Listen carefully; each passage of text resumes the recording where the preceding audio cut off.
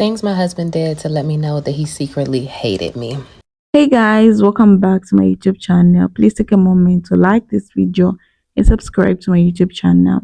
So in today's video, we'll be talking about how women knew that their husband secretly hates them. So I put the videos together so that you watch and learn. I'll be back to share my reasons. Things my husband did to let me know that he secretly hated me. One, textbook. Birthdays, holidays, vacations. He would start something like a week before and would stonewall me, like give me the silent treatment. Like after he started something, he gets pissed off about something random.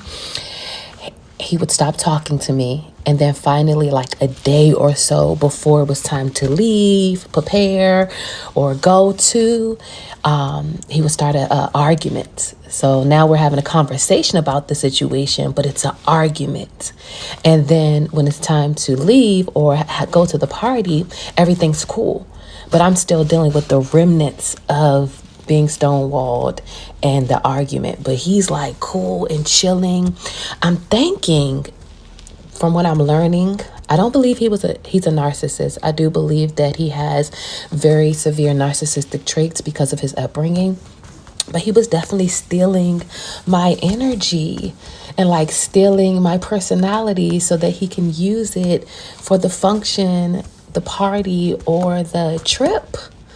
Like, so he could, it's so sad to think about.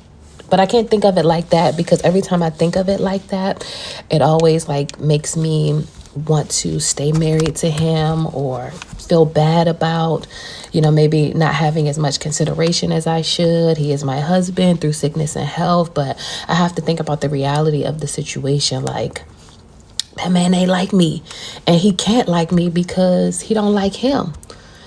He likes how much I love him. He loves how much I love him, and he likes my personality, so he can steal it. He was stealing my personality. That is the craziest thing to think about. Like, I told y'all in the last video that I had stopped smoking and drinking and cussing and all that stuff. And it seemed like he started to hate me more because he was still doing those things. He doesn't drink. He's on the Sober Society, Narcotics Anonymous, whatever. So he doesn't drink anymore, but he still smokes and cusses and all that stuff. It seemed like the more I started to better myself, it's like he despised me more. Like I had lost like maybe like 40 pounds or whatever. When I was 40 pounds heavier, he was all over me. Like I was smoking cigarettes. He was all over me. But once I started to like really come into who Christ made me to be, and I'm not there yet, I'm far from it, but I'm growing in Christ, he started to push away.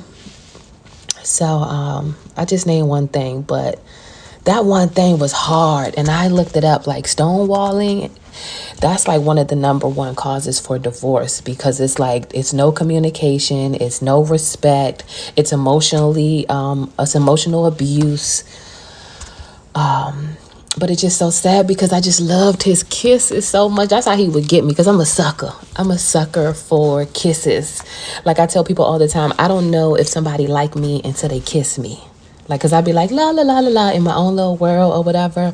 So me being in my own little world, I don't be paying attention if somebody like me. It's just one day they kiss me and I'm like, oh, okay, you like me. So that's what my husband would do to make me like kind of get back into, or try to get back into my good graces.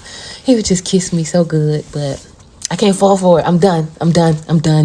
He's done. I'm done. We selling the house. It's over. Finito. So I'm not sure if anybody else has experienced this, but I'm gonna talk about it, and if you have, leave a comment. And I'm basically just gonna talk about the moment that I realized that my now ex-husband didn't love me. So throughout the whole course of our 2.5-year relationship and 2-year marriage, I'm just a very affectionate person. I always have been. That's just who I am. And I know now that I love very deeply. And like it really didn't matter who it was, I would have treated them that way anyways, because I would have loved them. Well, anyways, so for the entirety of our relationship, I was very affectionate with my words and like actions. So I just remember like when I would tell my ex why I loved him or how much I loved him, I would talk about like the things about him that I loved. You know what I mean? So like instead of I love your smile or I love your personality, it would be like, I love this specific thing about like the specific thing that you do, and here's why I love it, and etc., etc. So like I was just always really good at that, like using my words to express like my feelings or my love for other people. And for a long time I just thought that like he wasn't, you know what I mean, like he didn't I'm saying you know what I mean a lot. I'll try to stop. But anyways, he wasn't very affectionate with like his words. He did do a lot of acts of service, I guess you can say. And then I guess that's how I justified in my head why I wasn't receiving the vocal affirmations that I was wanting. And I remember like kind of towards the end of our marriage that I asked him, actually, I was like, what do you love about me? Because whenever like we would get into a fight, he would do this thing, as a lot of toxic people do, instead of like apologizing to you face to face and then acknowledging what they did and why they're not going to do it again and the steps they're going to take to ensure that. He would instead write me little like handwritten letters or just like text messages, and in it it would basically say like the same like few things every single time, and I kind of caught that pattern because there were too many notes. And it was always along the lines of like, I love how much you love me, I love how you take care of me, and it was basically just like a list of things that I was doing that he loved. So it wasn't like necessarily me. He never like complimented things about like my essence, my soul, my vibe, the things that I'm passionate about. And like I just remember thinking that one day, I'm like, wow, like I shower you with affection and affirmations. You only are able to write them to me. What's up? I on my knee. Oh, dang it. You're cute. And he wouldn't even do that the way that I wanted. So after about like 2 years of that behavior, when I sat down and I questioned, I was like, do you like love anything about me? Like, can you tell me things about me that you love, not things that I do for you? And he couldn't even answer that. And I just remember like feeling so defeated because I'm like, wow, he doesn't even really know me.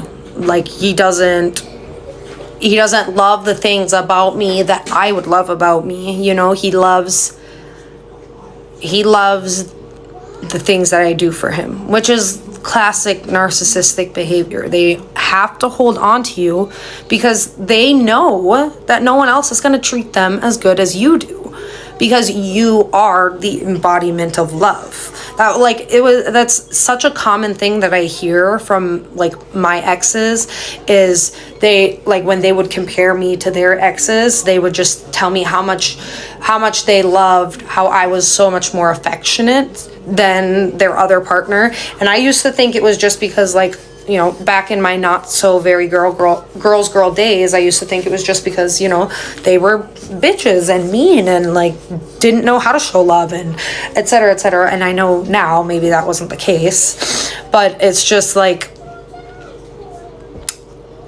I just want someone to love me the way that I do. And I realized that he was never going to be able to do that. So yeah, I think it was like just after that moment I had that realization, and probably wasn't like very soon after when shit really hit the fan and we ended up. I don't know who needed to hear this, but the minute a man starts treating you like he doesn't like you, leave. Okay? The minute he starts being mean to you, the minute he starts saying unnecessary shit, criticizing, critiquing you, talking shit about you, ignoring you, stonewalling you, any of that. Don't spend time trying to do the math, figure it out, talking to him about, oh, you changed so much. Don't spend time crashing out. None of that shit. Leave. Ghost him. Act like you never met him a day in your life, because it's only going to get worse. It's only going to get worse. Leave him. If he starts treating you like he doesn't like you, it's because he doesn't. And you need to leave. I don't care even how long you've been with him. Leave. If that's your husband, pack your shit. Leave. Go stay with somewhere else until he has a change of mind and heart. Who the fuck knows? But leave. Don't let a man treat you like he don't like you. That's a video, guys. I'm just here also to share my true sense, like what I think about this video. So you know what, guys, watching these TikTok story times where people talk realizing their husband secretly hated them, it's honestly heartbreaking. It's something a lot of people don't see coming. No one gets married thinking that one day the person they love so much would start resetting them. And it really doesn't happen overnight. It starts with small things that build up until one day it becomes so obvious to ignore. One of the biggest signs that people talk about is the shift in how their husband would speak to them. At first, it's easy to brush off sharp tones, impatience, one word answers. People naturally assume maybe he's tired or stressed.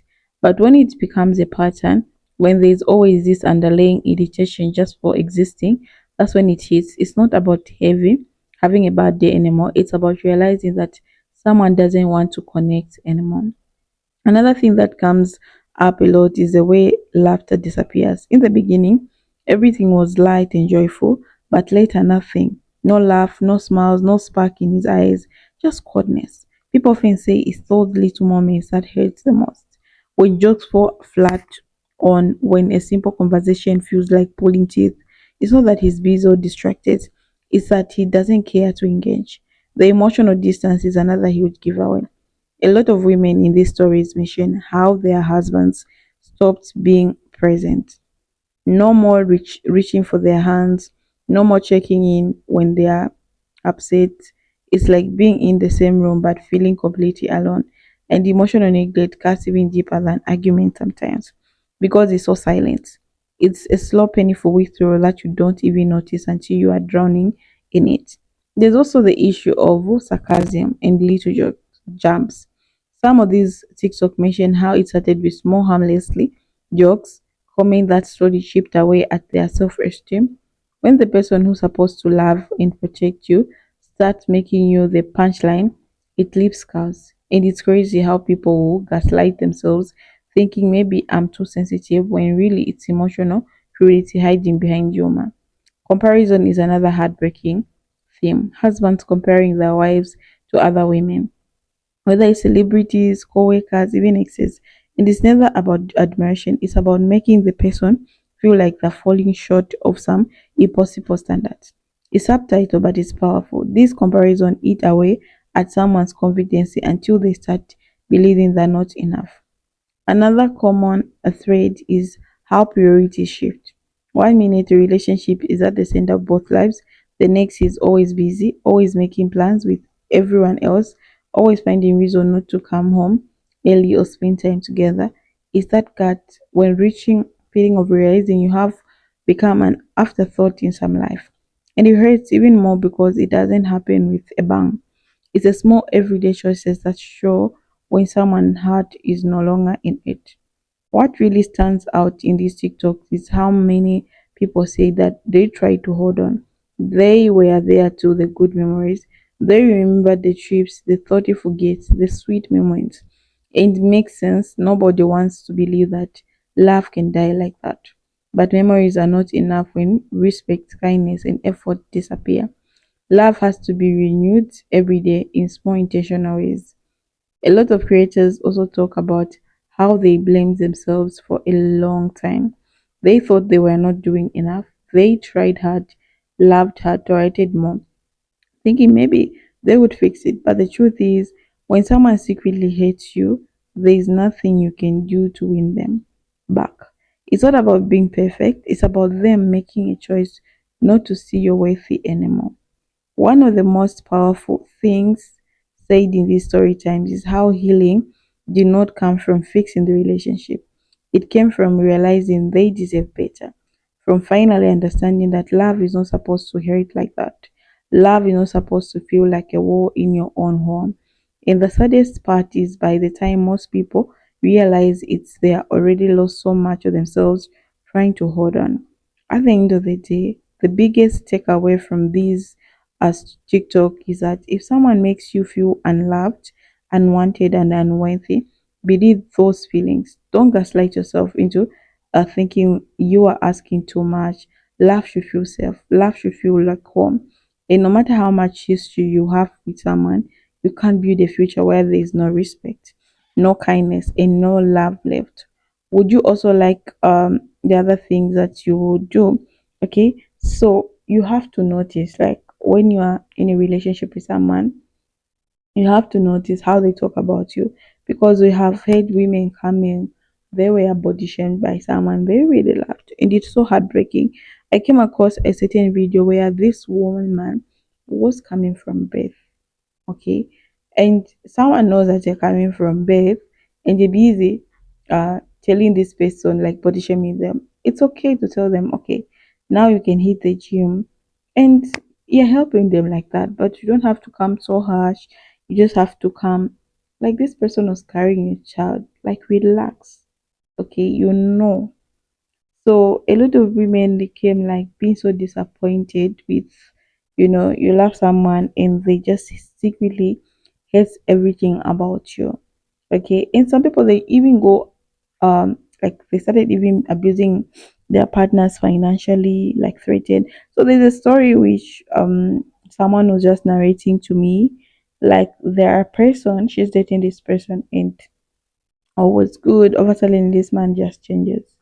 And on top of that, he goes like every time they talk and everything goes wrong, he wants to leave, and he threatens her, saying because he's the one paying everything, and this man told this girl to live in this house because he'll be doing everything, and this girl says she's not allowed to have friends, she's not allowed to go to her mother's place, she's not allowed to bring anyone in the house without his really consent. Even if you ask him, he won't even allow you to do that. You're not allowed to go out alone. You're not supposed to dress in a certain way for you to go out. You're supposed to wear something like covering yourself or whatsoever. You don't have to wear any dress you like. Okay, so like this person is so controlling, and the other thing is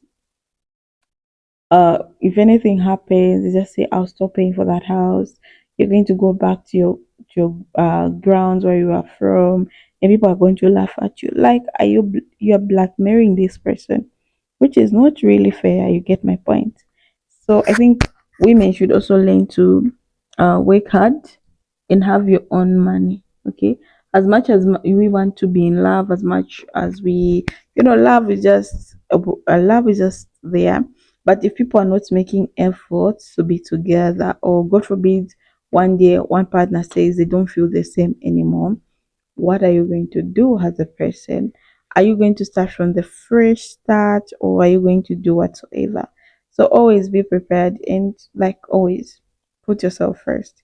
Like it's very important to love yourself more, know your worth as a woman, and know where you stand. It's really important, and always work, like have something going on for yourself, which is very, very important. So don't just lose yourself or lose your mind.